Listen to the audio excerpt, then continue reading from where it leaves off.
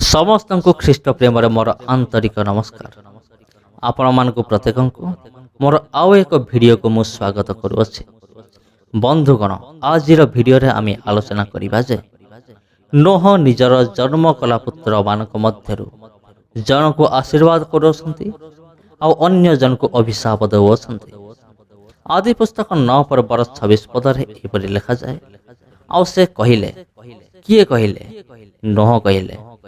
नोह कहले सेमर परमेश्वर सदा प्रभु धन्य हंतु।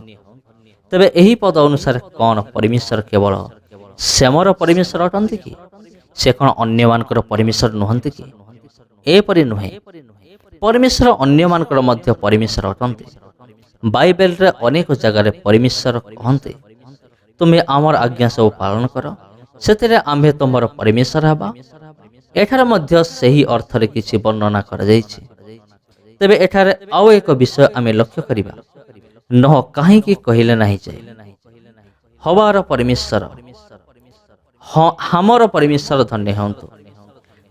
अभिशापर कारण जुग 26 पदरे एपरि लिखा जाए, किनान श्यामर दास हो। एठारे निज वंशर जन व्यक्ति सही वंशर अन्य एक व्यक्ति को दास रूपे गणना करुअछि।